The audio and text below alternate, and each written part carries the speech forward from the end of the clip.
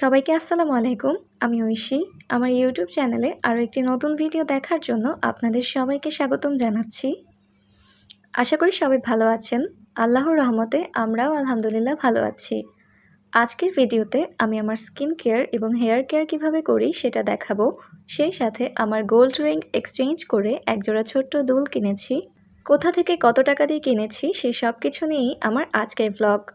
তো আমার ব্লগ সবসময় শুরুই হয় সকালে ঘুম থেকে ওঠার পর। এটা কম বেশি যারা আমার ভিডিও রেগুলার দেখেন তারা জানেন। তো ঘুম থেকে উঠে আমি সবসময় নর্মাল পানি দিয়ে মুখ ধুই, কোনো ধরনের ফেস ওয়াশ আমি সকালে ইউজ করি না।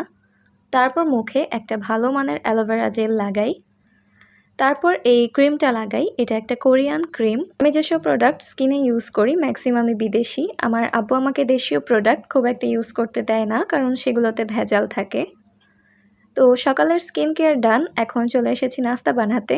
সেদিন আম্মু আমাকে নুডলস রান্না করতে বলেছিল। এখানে একটা কড়াইয়ে পরিমাণ মতো তেল গরম করে তাতে পেঁয়াজ কাঁচামরিচ কুচি দিয়ে নেড়ে চেড়ে ভেজে নিয়েছি। তারপর পাতলা পাতলা করে কেটে রাখা আলু আর গাজর কুচি দিলাম। বাসায় যা ছিল তা দিয়েই রান্না করছি, একদম সিম্পলভাবে। তারপর সবজির জন্য এখানে সামান্য লবণ দিয়েছি।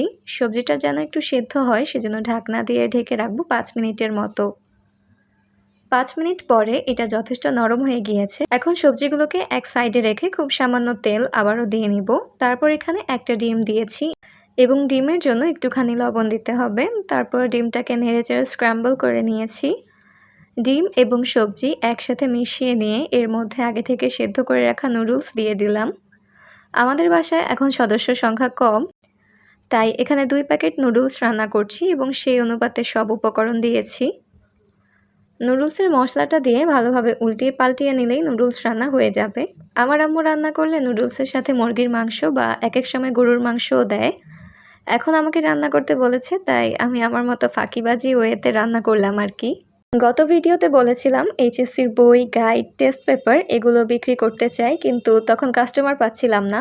আলহামদুলিল্লাহ 4 ভাগের 3 ভাগ বই বিক্রি করতে পেরেছি। অবশিষ্ট এই 1 ভাগ বই গাইডগুলো বিক্রি করতে পারলে একটু স্বস্তি পেতাম। বাইরে যাওয়ার আগে আমি সবসময় এই সানস্ক্রিন ব্যবহার করি। এটাও বিদেশি সানস্ক্রিন এবং এটার ফ্রেগন্যান্সটা খুবই সুন্দর। তো সেদিন গিয়েছিলাম মৌচাকে আফতাব জুয়েলার্সে। 2015 সালে আমি কান ফুটো করি। তো তখন এই 22 ক্যারেটের রিং জোড়া আব্বু আমাকে কিনে দিয়েছিল। বেশ কয়েক বছর ব্যবহারের পর বাঁকা হয়ে গিয়েছিল, সেই সাথে একটা রিং ভেঙে গিয়েছিল। আমার স্কুল কলেজে কানের রিং ছাড়া অন্য কিছু পরার নিয়ম নেই। তো আমি যেহেতু এখন এইচএসসি পাশ করেছি, এখন আর দুল পরতে কোনো বাধা নেই, তাই রিং জোড়া এক্সচেঞ্জ করে এক জোড়া নতুন দুল নিয়েছি। 2015 সালে 6,500 টাকা দিয়ে রিং জোড়া কেনা হয়েছিল। বর্তমান বাজারে এর দাম 25,000 টাকা।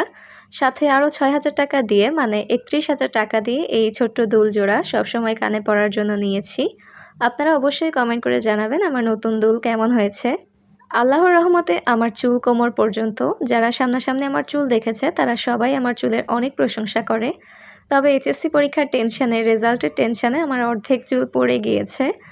এখন একটু যত্ন না নিলে বাকি অর্ধেকও পড়ে যাবে। তো এখানে নারকেল তেল নিয়েছি। তারপর নারকেল তেলের অর্ধেক পরিমাণে দিয়েছি ক্যাস্টর অয়েল, আর তারপর দিয়েছি ভিটামিন ই ক্যাপসুল।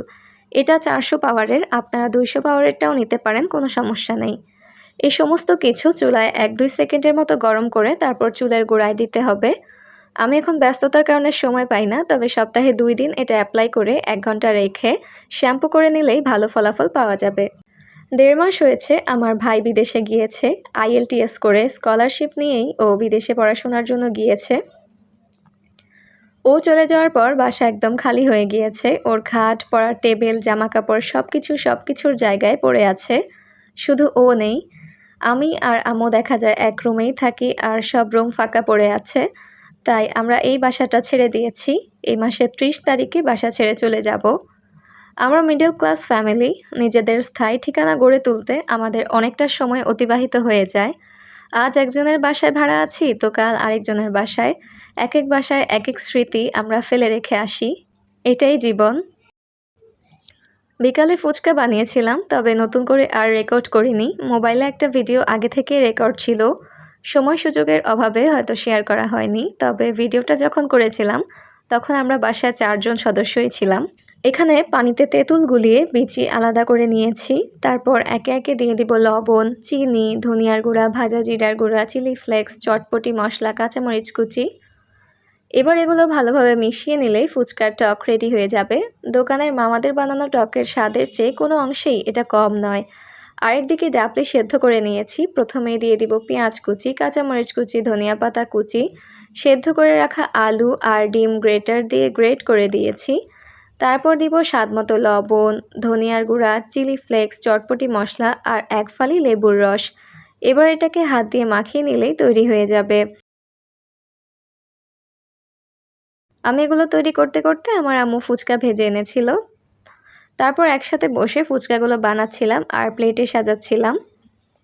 দোকানে যেভাবে প্লেট সাজিয়ে দেয় আমি আর আম্মুও সেভাবে সুন্দর করে প্লেট সাজিয়ে সবাইকে দিয়েছিলাম।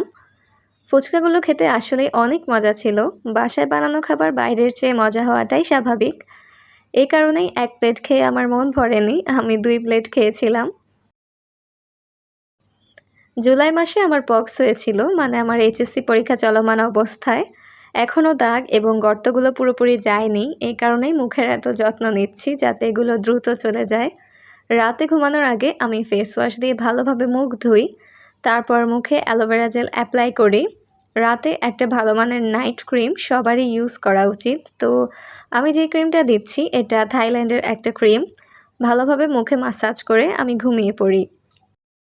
তো এই ছিল আমার আজকের ব্লগ। আশা করি আপনাদের কাছে ভালো লেগেছে। ভালো লাগলে প্লিজ আমার ভিডিওতে একটা লাইক দিবেন। সেই সাথে আমার ইউটিউব চ্যানেল সাবস্ক্রাইব এবং ফেসবুক পেজ ফলো করতে একদমই ভুলবেন না।